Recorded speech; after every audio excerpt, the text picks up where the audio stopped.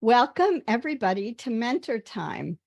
For those who have been here before or not, if you don't want to appear on camera, you can take yourself completely off video, even your picture. We'll go ahead with our topic of the week. This was actually a title of something I saw a couple months ago. Skills-based hiring is gathering momentum. And I wanted to try to understand that. Some of you in the courses that you've been in with me may remember I often say a skill is just evidence of learning, not of experience. So I was curious about it. And in the last few weeks, there's been more and more, including Hung Lee, who's a big talent recruiter expert globally, who has a podcast video cast every Friday. Recently, just last Friday, had a skills-based hiring. How is it moving? What's going to happen to the world of recruitment and talent development? But to get started, let's do a quick Slido poll. I want to know what you know about skills-based hiring, or what you knew when you saw the title. Maybe you've looked it up since then. I didn't even look it up officially. So I'm getting on my camera, or you can go to your browser and type in slido.com. The number is 3267147. And I'll do my own voting. Okay.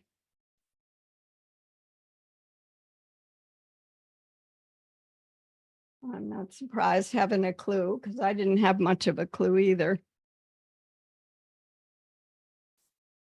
All right, we're getting there. For others, if you can vote. If you can't, the chat is open also. If you want to put it in the chat, either way, that's helpful for you. Welcome, Peter. I see you've joined as well. Glad to have everybody here.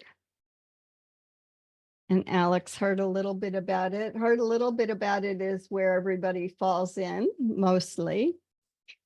And even though we'll go over it today, I still think it's not very clear. I just have to tell you.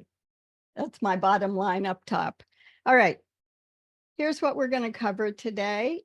We always have, if my slide moves good, we always have 3 segments, and it usually starts with what is the thing, or why are we talking about this? Today, we're going to talk about what is skills-based hiring, and then what companies are doing or not. And we always end with what should you do, so that you have an actionable take home. So we'll get started with what is this. I went and found the best description I found was on Handshake. If you've been in academia recently, I know all the graduate students I work with, every college seems to be using Handshake now. Their definition is that it's an approach that screens for specific competencies. So I don't know why it doesn't say competency-based hiring, except that I caught part of Hung Lee's podcast last Friday before we were flying home from Disney. And he was talking about, we're going back to the age of competency. He didn't say competency-based hiring, he just said competencies. As I looked at another, this is a report from testgorilla.com, and all of these are in the references at the end, and I'll send them out when I send the recording link to you. They talk a little differentiation about skills being foundational, and you build competencies on various skills. But I think really the second highlighted is how you do your work or achieve your goal. Now, that being said, I still think it's fuzzy. So what did I do? I went to, this is a new chat GPT I'm using. It's called pi.ai, and it seems to be reasonable. I just was trying it out. I said, tell me the difference between a skill and a competency in 2 examples. So in this case, the bottom summarizes a skill is part of multiple competencies, and multiple skills make up a single competency. In my mind, a competency is the precursor to experience. I often tell you your skill is evidence of learning, and until you put it into practice when you have experience, it's just a skill. So now they're intervening with competencies, which we all think of and know about in many ways. So back to Handshake, they said, this is a really good way to recruit Gen Z people. And we'll see a little bit more on recruiting in the next couple of slides, because they want to know where they're going, what their career pathway is, and that they're going to have what people often describe as skills, but what they mean is we want general areas of professional development so that we can move forward and get promoted. In this is actually in the same clip in the article. And then Handshake luckily did put in a link to this, but they said skills-based hiring is 2.5 times more predictive of hiring of future performance than hiring on work experience. And I thought to myself, really? You know how skeptical I am about people telling me things like this. So I went to Forbes, it's a Forbes article, and tried to find where they're talking about. Now, the first thing they talked about is skills-based hiring is important, but it requires much more. There's more demands on the company side, especially the hiring manager. So they have to better define the ideal and preferred skills, and they have to figure out how they're going to objectively evaluate this. They say to minimize bias, but actually, if someone tells you they have a competency like excellent communication skills, and you know how I don't love that kind of value judgment, I have excellent communication skills as my rating myself. It's more than that. They have to take much more time. So think about this. We'll be talking about it again. And then they go on to say what they're seeing initially right now is that people without degrees can be equally productive, but they're not given the opportunity because jobs require a bachelor's degree or a graduate degree or whatever.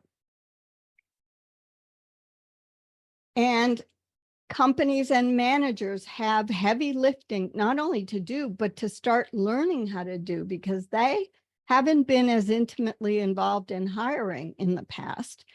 We all know that there are companies like Amazon and Google that have huge lists of what they call cognitive and behavioral interviewing questions.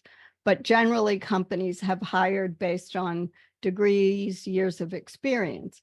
So there's a lot that they're going to have to change.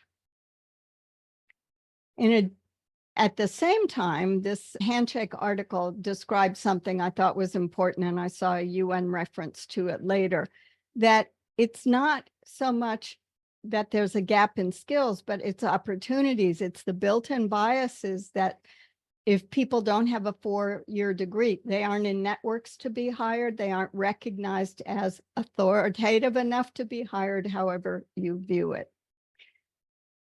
And then again, in the same little clip, Handshake says 88% of hiring managers. Now, I didn't go back and look at how they sampled for this. 88% is pretty high to say that these companies that they represent are hiring people with strong soft skills, people skills, but that they're upskilling on the job. That's great. That is the model, because I'm so old, that's the model I grew up with. You got hired and you spent your first 6 months on the job learning how to do the job in your cultural environment of the company, of the specific needs.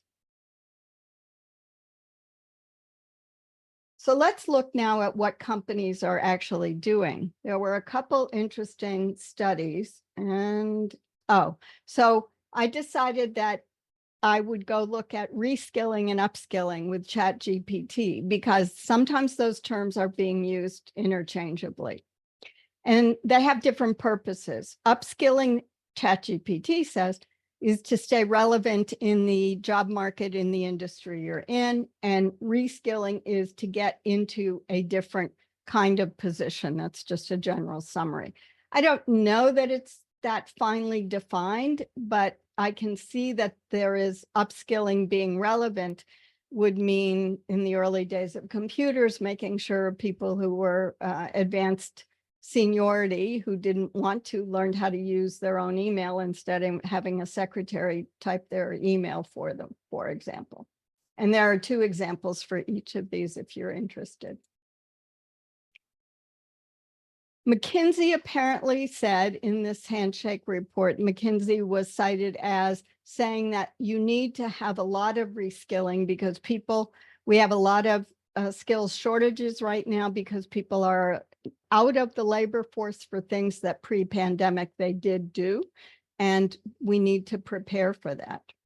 Again, they say that they're going to be doing reskilling on the job. I was surprised to see the handshake report quotes workers, more than almost 2/3 of them say upskilling was important for them when looking for a job. Unfortunately, there wasn't much more detail on this, meaning when I clicked on the link, it didn't say, oh, yes, before I look for a job, I go take 3 courses or I became a coder. I think a lot of people are doing that. For people that I work with in one of the groups I'm in once a month on Friday morning, a lot of people have been out of jobs a year or more, and they're taking different kinds of courses or trying to teach themselves how to code or whatever. And they also talk about internships as a way to meet the demands. Behind all of this, again, is what Handshake, now I know Handshake's more in the academic settings. Handshake seems to be saying, okay, folks, pull up your boots and let's get going. It's up to you to make yourself relevant.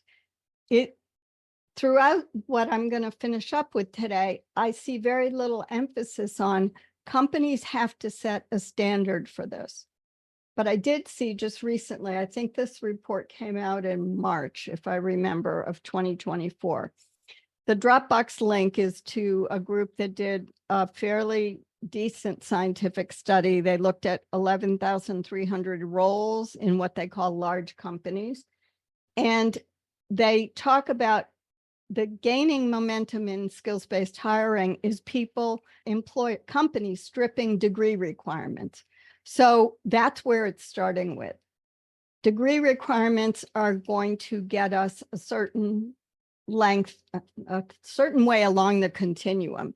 You all may remember, except for those really young, about 20 years ago, 15 years ago, people, including my son, was saying, I don't need to go to college. He was out of it at that point, but he said, I shouldn't have gone to college. I could have done this without a degree, because Google was hiring people who knew how to code, who knew how to take advantage of the new technologies that were and computer capacity that were coming along.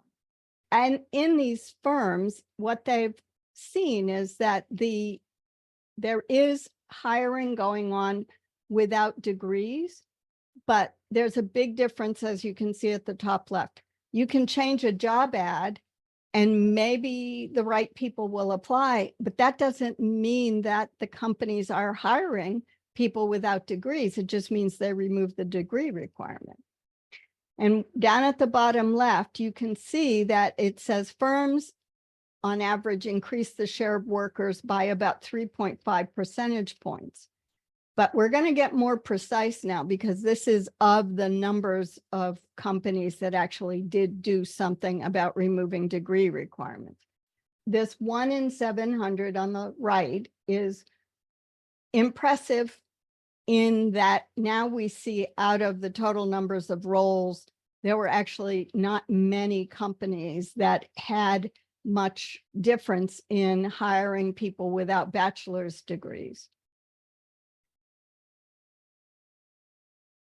It's a small percentage of the total number of people that were, or companies that were surveyed for the roles that were surveyed. And I believe this is a decent study. This was done by Harvard and an institute at Harvard, but it also measures large firms. What's going to happen in government settings that many of us work in or adjacent to, or mid-size or small businesses, will be completely different. So 37% of the firms actually changed something and removed degree requirements. And you can see here on the left, 3 categories: skills-based hiring leaders, that was about 20% of the firms. In name only, almost half of the firms said they were going to do it, but apparently didn't. And backsliders just totally ignored it. That's my short message for you. There's important information in this. I wanted you to have it. For those who are in replay, you may want to stop and read more about it if you don't want to read the whole report. But here's where I go back to my original theme. This has to start with companies and managers. And we already have job postings that are 3 and 4 pages long. We had a recent person complete the course, and in her step 3, her job posting had 3 pages of bullets. I'm telling you, there were over 90 bullets of responsibilities in 10 or 11 different task areas, like totally ridiculous.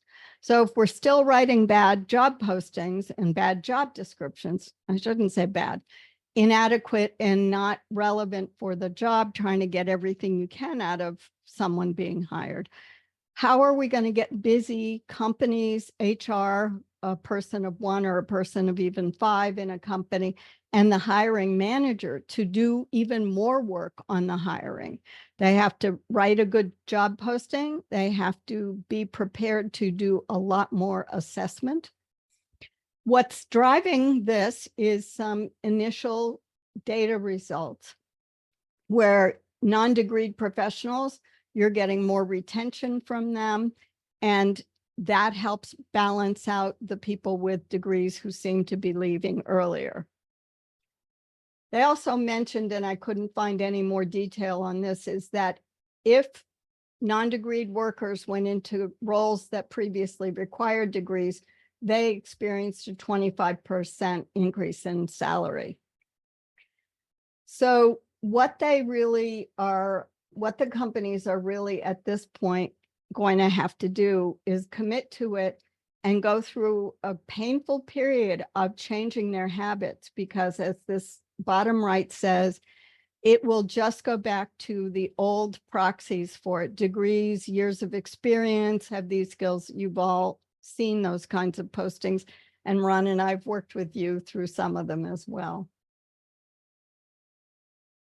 One chart you might be interested in, it's a little bit busy for me as the doing more data viz, but it's different kinds of positions and which ones required a degree or not in the job postings, starting with the web designers all the way down to facilities managers. There's a definite difference in those that are requiring a degree and those that actually have them. But again, it does, you can take the degree requirement out. There's still all this other stuff in job postings and in work that people need to do that managers have to deal with. How am I going to assess Sue when she comes in for an interview or give her an exercise? I will tell you there are hints in this report about people need to have more active exercises to complete. And we've all heard not very nice tales of 6 and 7 interviews, of doing 2-hour assessments, having to write policy briefs and a presentation when you're given a pile of data for a policy position. So it's not going to be an easy transition at all, because we're already having people, including me, and I don't apply for jobs, revolting at the idea that we're giving people free work that is our intellectual property, and then we may never hear from them. It goes in a black hole, or we get rejected, or whatever. So the positive side of it is driving the retention, because every employee you can retain, my number now is over a decade old, but 10 years ago in our company, it cost us $75,000 to rehire and train and have active engagement from a new employee from mid-level positions at about 4 to 5 years on up. $75K is a lot of money, especially when it takes 6 months to get them up to speed. So non-degreed candidates can have increased pay, and they also stay longer. So that's great. Everybody's looking at these as gains in efficiency and in actual finances that the companies will gain. No one's looking at what the plans to get better hiring done, because we already know hiring's not fun. A lot of you are in those job search positions, and I've worked with you on, Ron and I both worked with you on those. All right, so what should you do? I'm going to give you a process that I was working on over the last 2 days, trying to think through what makes sense at this point for you all to be thinking about. And I started with this job posting, just happenstance. It came across, I think I saw it in LinkedIn, and I thought, oh, good, this is senior, but it's a good, important thing that helps us look at it. So PCORI works on quality of healthcare delivery with the US government. It's a US government funded agency. So I was pleased to see that the responsibilities and work at least have 3 task areas. You can imagine it made my heart glad. And I thought, okay, they have a laundry list of bullets. What do they need people really to do? And how now should a job posting be written to address competencies? So I went back to ChatGPT and said, take the stuff I just gave you, and I put in qualifications as well, and give me the competencies. In the first category, the original job posting had 6 things it wanted done, and now ChatGPT gave us 14. Same thing with 2. In that case, there were 10 in portfolio management, and there were only 6 from ChatGPT. And 4, there was no change in number 3. And I'll address the quals in a minute, because there's a big difference there. I looked at the experience, and on the left is the experience PCORI put in the job posting. And then I looked on the right at what ChatGPT said, and I thought they just took exactly what was written there. So that's not super helpful.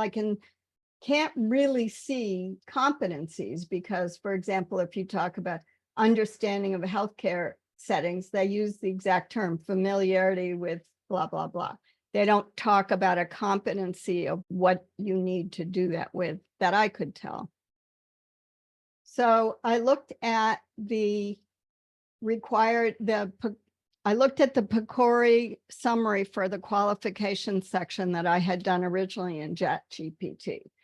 And from what I could see, out of the, I think it's 12 things, the ones in yellow are the ones for me that stand out as competencies that are woven into everything here. You have to be able to do these things, but you also have to know how to do the research. You have to be able to do implementation science.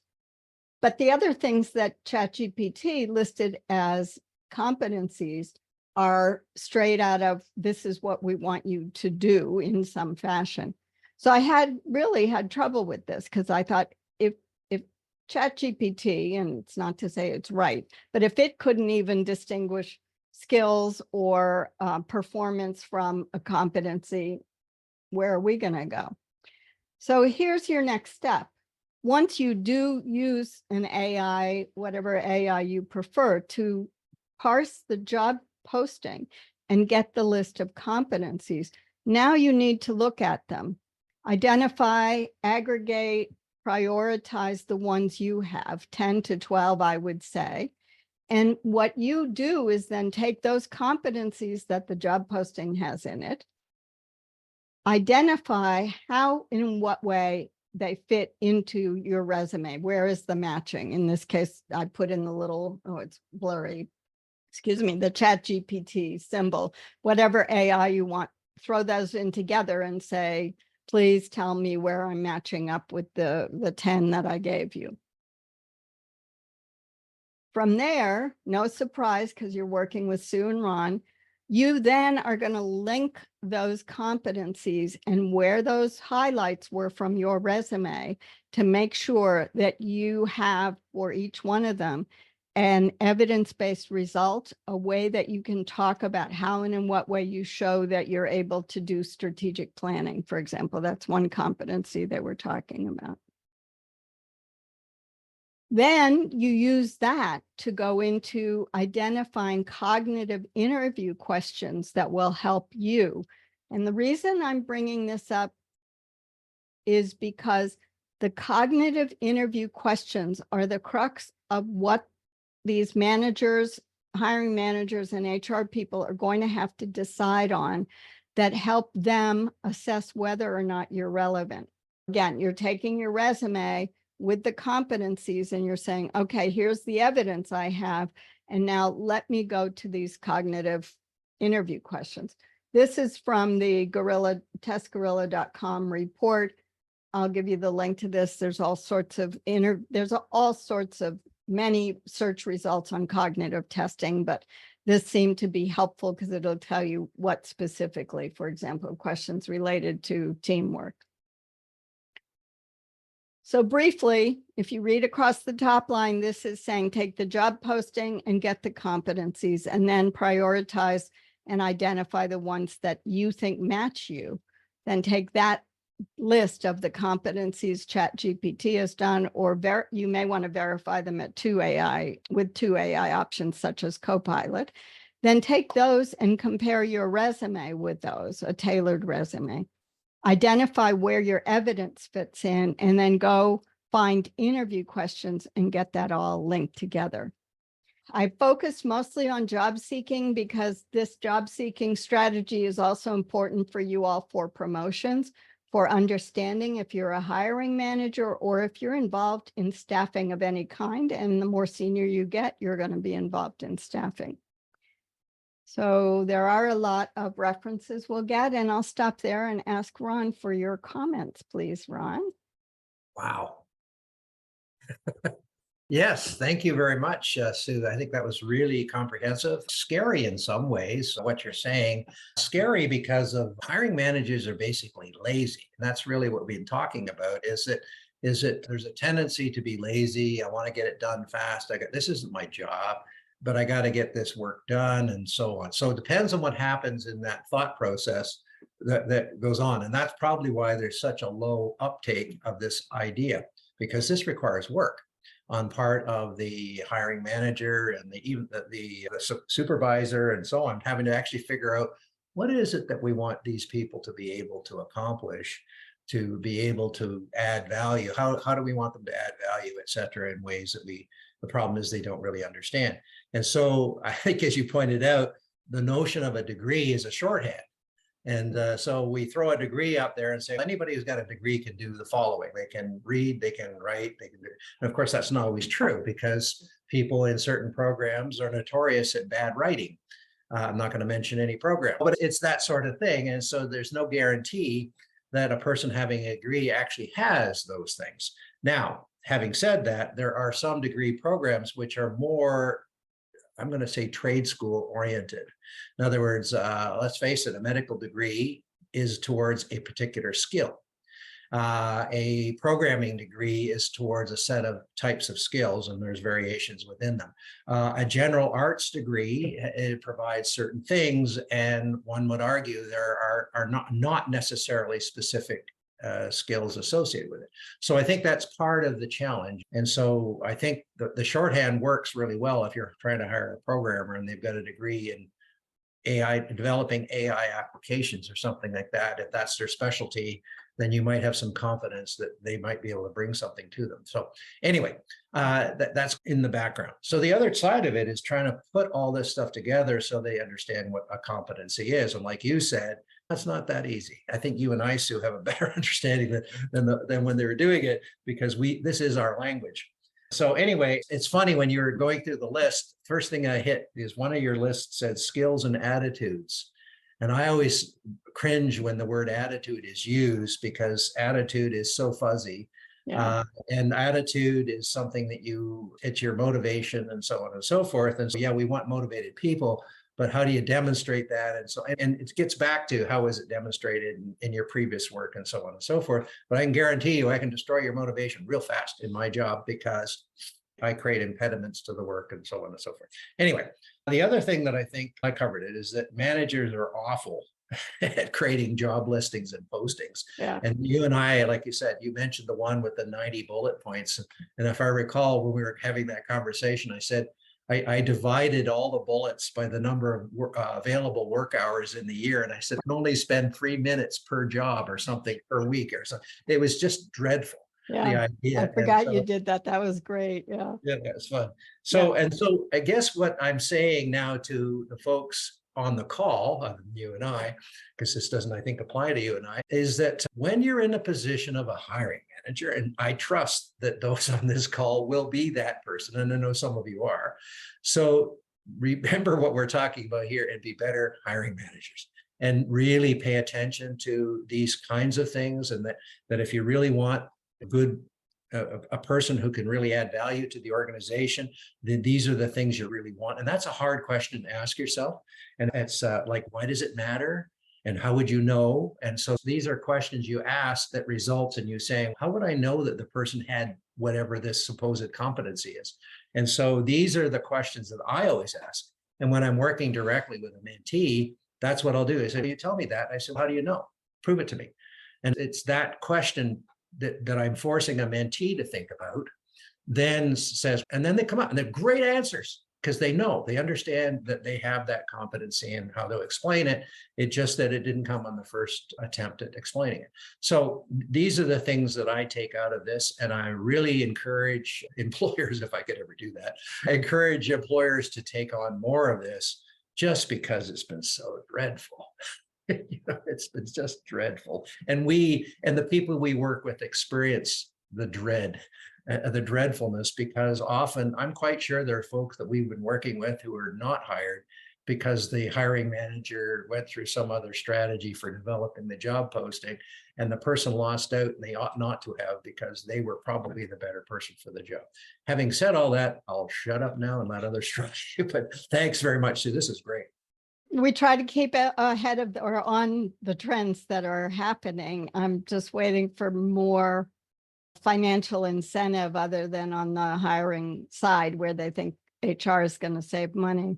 Anybody else have any comments? Some of you have been through behavioral interviews and I know they're not fun, but Just also, yeah, go ahead, Ron. Yeah, just before you jump ahead, I was interested in the gap between in various positions where they said they required a certain degree and then the actual numbers. I think it's an interesting statement about Yeah.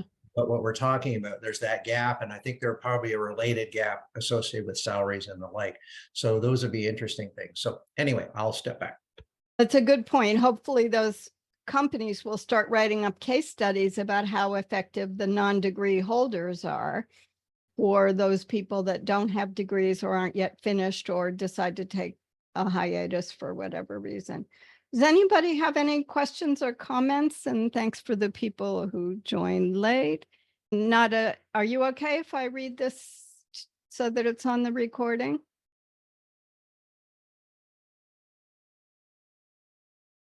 I'll wait until oh yes, she is. Okay, so Nada is from Sudan, and she said, this is exactly what we're suffering from due to war. Many talented people around me, but students aren't able to continue studies. We know that the universities have been closed for over a year. Nada is waiting to finish her last semester officially and get her undergrad degree because of the war there. But also where and how we can challenge ourselves to say, do I really need a graduate who has a public health degree to do a basic entry-level job for program management, for research assistant, things that we've typically hired for?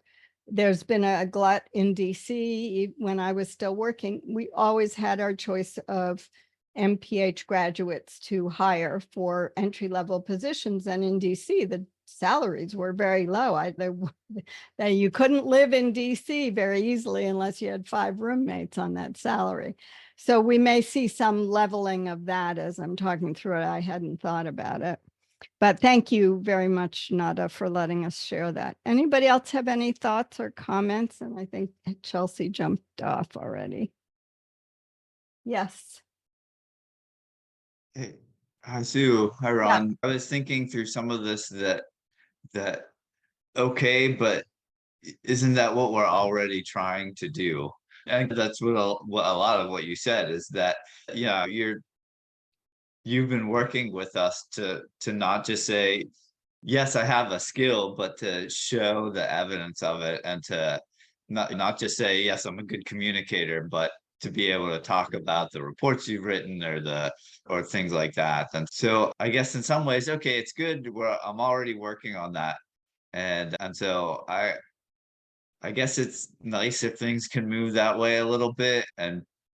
But I guess the other thing is I always wonder if all that effort, sometimes that effort is recognized and they say, oh, what a great resume you have, you put it together well. But a lot of times I just wonder if anybody notices that, oh, he actually shows that he has these skills rather than all the other 20 people that applied and also have the same degree and the same number of years of experience. If that's what they put in the requirement, then they're gonna, not everybody that applies, but they're gonna get 100 people with a master's degree and 10 years of experience. Yeah. And that gets you to a certain point, but it only gets you so far. And so realizing after that if you show the skills you have, then and the competencies that you have, then it gets you a lot farther. And so just I hope that the hiring manager, which we already know is that's not, they probably didn't go to school for that. They probably never had a class in how to be a hiring manager Or and an how to read a interviewer. Yeah, exactly. right, Yeah. or how to be an interviewer or any of that. And so Yeah. even in HR, if you're getting an HR degree, that's probably not even a class. And so we can only we have to have low expectations of them too. They've got 10 other things to do, but remember that hiring somebody is part of your job and it's really important. And we all talk about how important it is to have somebody good on your team, but you can only get somebody good if you put that effort in. So it was an interesting talk, and I hope that I'm working well on these things too. Good. Anybody else before I make a couple of closing remarks?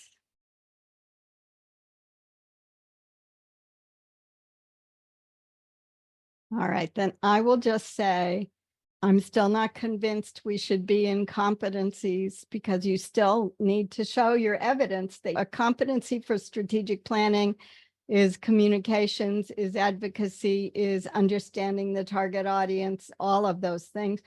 But until you've shown you've actually done it and produced something, a report or a meeting or who knows what, it is my bias. I know I'm looking for you to tell me, okay, I've actually done it. Here's how I did it, instead of trying to get towards the middle of it. If we get towards the middle and we get away from the skills list of I'm an excellent Java coder and I'm also someone who can advocate for new funding, great. But how did you do it? Where did you do it? What did you do it? That would be great. Ron, any last comments? Yeah, I was just thinking about that issue. And for me, I love the word competency and I hate it simultaneously. For me, it's accomplishment. And so what we talk about is what did you accomplish? Okay. And so use various skills, competencies, even attitudes in order to get the work done and to provide value to the organization. And for me, that's the accomplishment.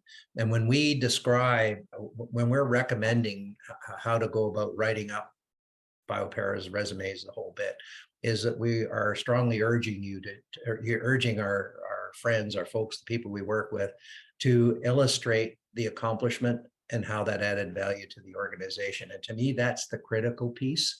And I think this is what Peter was saying, really, is that we're pushing in that general direction.